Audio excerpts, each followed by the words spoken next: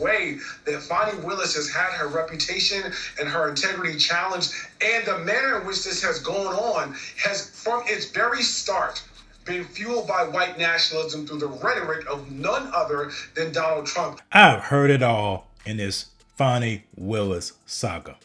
The latest is this guy on MSNBC blaming white nationalism for the issues that Fani Willis has experienced. Not blaming Fani Willis for tricking with Nathan Wade, not even defending Nathan Wade, that he had to step down, the black man had to step down for the black woman, not even talking about that. This guy was on MSNBC, and instead of saying Fani Willis needed to take accountability for her actions, he blamed Donald Trump. This Washington Post article is pointing out, Charles, that race is an ever-present source of tension in the case, and it highlights not just racial harassment and threats against her. The Post quotes one of Willis's senior deputies writing, quote, "We are both aware, especially as African-American women, some find it difficult to treat us respectfully." Trump's lawyer, Steve Sadow, described that email as, quote, "offensive, uncalled for, and untrue." But I want your read on what's playing out there. Before I let this dude respond, there is no racism in this case. As a matter of fact, the first person that brought up racism was Fani Willis when she gave that address at that church and tried to make it out to be a racial deal. No. This is not a racial deal. This is an incompetent DA who was messing around with her special prosecutor and got caught. But instead of black people standing up and saying, nah, you know what? She needs to take accountability. She needs to step down. She needs to own this. No, they're deflecting and saying that it's white nationalism that is causing this. I'm so glad you asked this question, Alex, because this entire ordeal with Fani Willis represents the intersection between race and gender in the professional space. And it highlights the fact that no matter how hard you work, if you are a woman, if you are a black woman, there are certain things that you will have to navigate that you would not have if you were a white man, for example. Here we go. Victim mentality, victimhood. Whenever a liberal black person gets called out, it's not their qualifications. It's not what they've done. No, they're a victim.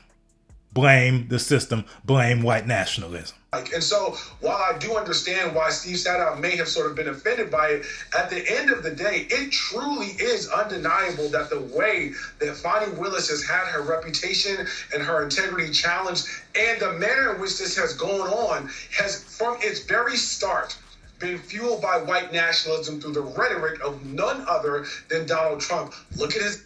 No. How this started was Nathan Wade's former partner text the counsel for one of the defendants in the Trump case about the relationship between Nathan Wade and Fani Willis. Fani Willis's old friend testified that they had a relationship, that they lied on the bench, that they lied in the witness stand. But instead of this dude saying that, he deflects and blames white nationalism. He deflects and blames the white man. It's the white man's fault that Fani Willis is going through this. It's the white man's fault. Donald Trump's fault is the reason why Fani Willis is dealing with this. Not Fani Willis. She has no... See, that's the problem when you are treated like black folks are treated by liberals and by Marxists and by communists. You have no agency. So you can do anything you want to do because you have no responsibility. They don't see you as human beings. They don't see you as having the intellectual fortitude to make decisions on your own. So therefore, if you get in trouble, it's not your fault. Blame the white man. Blame white nationalism. Blame white supremacy. Blame white privilege. It's all white people. All white people. Say it with me. It's all white people.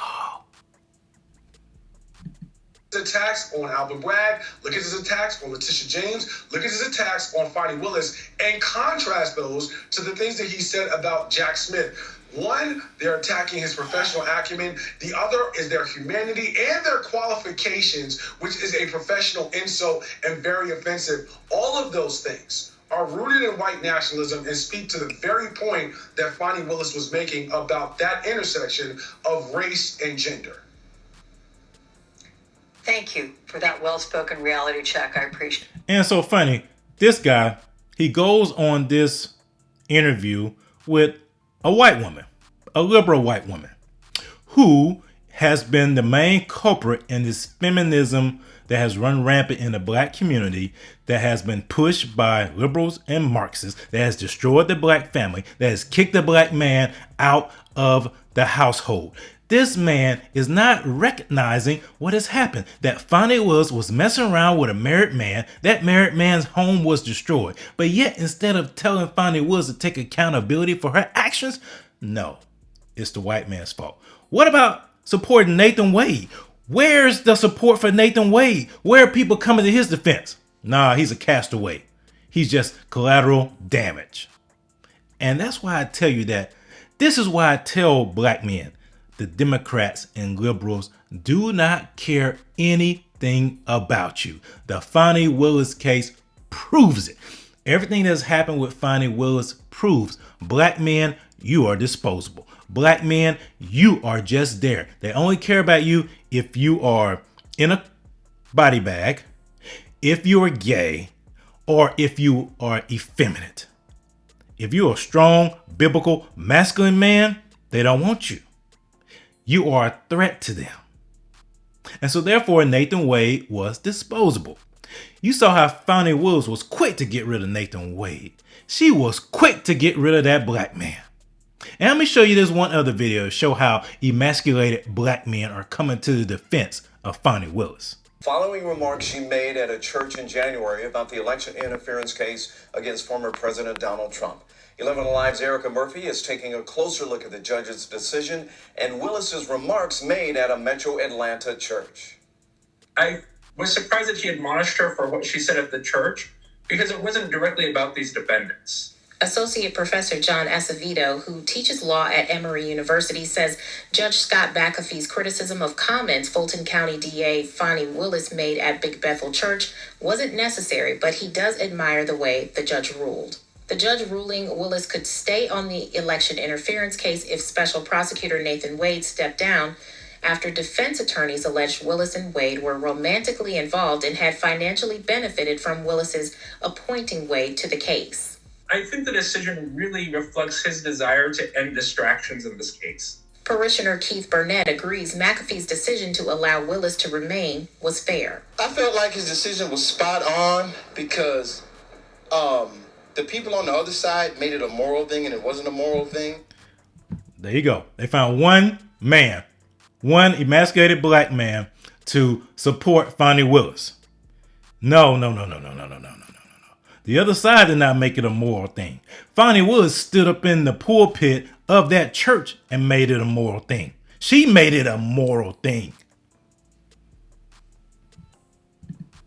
Willis was honored back in January as part of the church's annual Dr. Martin Luther King Jr. celebration service and used her time in the pulpit to address the congregation about the hearing and challenges she's faced both personally and professionally.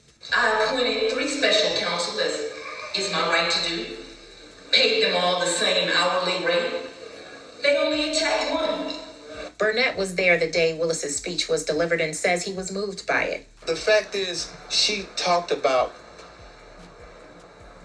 The brother had to think about what he was going to say. You know he's lying. Demons. She talked about darkness, and she talked about the fact that she's doing her job and she did everything she could in her power to pick the right people. In his ruling, the judge... Wow. And that's the problem with the black church. The black church is so racialized. It's preaching a social gospel that's based on race. That's why I call them church plants. That they don't even acknowledge the fact that she has not repented for what she's done. There you go. Black man, listen up. You're disposable to the liberals and the Marxists. Nathan Wade is the latest example. If you don't toe the line, you will be disposed. They want all black men to be victims. Understand this. We're not victims. We are empowered for greatness.